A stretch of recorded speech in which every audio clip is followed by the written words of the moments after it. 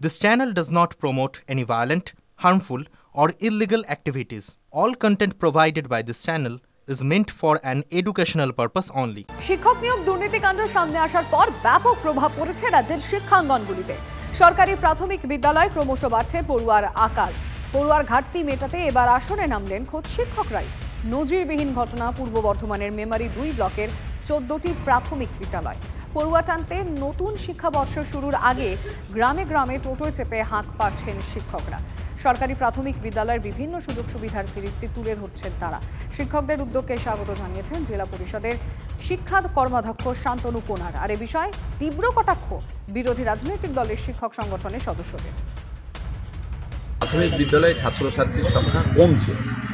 এই কমার কারণে এখানে 2-1টা বিদ্যালয় ছাড়া শিক্ষক ঠিকঠাক আছে, ট্রেন টিচার আছে। অভিভাবকদের একটাই কথা বলবো, এখন তো নানান প্রকল্প হচ্ছে, মানে বছরে 2বার করে ড্রেস দেওয়া হচ্ছে, মিড ডে মিল দেওয়া হচ্ছে, তারপর এখন বিনামূল্যে বইটাও দেওয়া হচ্ছে।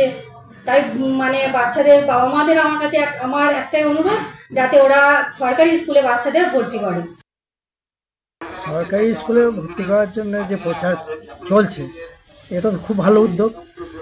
তো আমার মনে হয় বেসরকারি স্কুল ছাড়া সরকারি স্কুলে সবাই ভর্তি করুক, এটা আমি চাই। সরকারি প্রাথমিক বিদ্যালয়ের শিক্ষকরা স্কুলে ছাত্রছাত্রীদের ভর্তির জন্য একটি প্রচার চালাচ্ছেন। বর্তমানে খুব সুন্দর পরিকাঠামো করা হয়েছে যেন এলাকার ছাত্রছাত্রীরা সরকারি প্রাথমিক বিদ্যালয়ে ভর্তি হয়।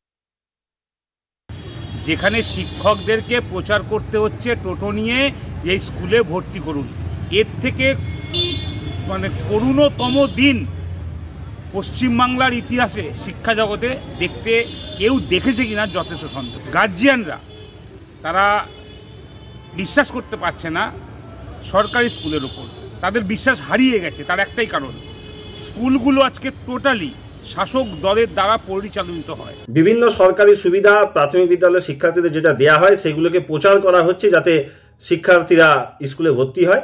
এই যে হাহাকার, এটা শুধুমাত্র মেমারি 2-এর ঘটনা নয়, গোটা বাংলা জুড়ে সরকারি প্রাথমিক বিদ্যালয় এবং মাধ্যমিক বিদ্যালয়গুলি একই হাল আছে। যে সমস্ত ছাত্র পড়াশোনার ক্ষেত্রে তারা সরকারি সুযোগ সুবিধা পেয়ে থাকেন, এই বিষয়ে এক শ্রেণীর মানুষ থাকেন যাদের এতটা সচেতনতা থাকে না যে পড়াশোনা করলে আগামী দিনে আমি কোন জায়গায় পৌঁছাতে পারি বা এর ভালো দিক কী, সেগুলো যদি কেউ প্রচার করে থাকেন, এটা খারাপ কিছু না, এটা ভালো জিনিস, এটা হতেই পারে, না হওয়ার কিছু নেই।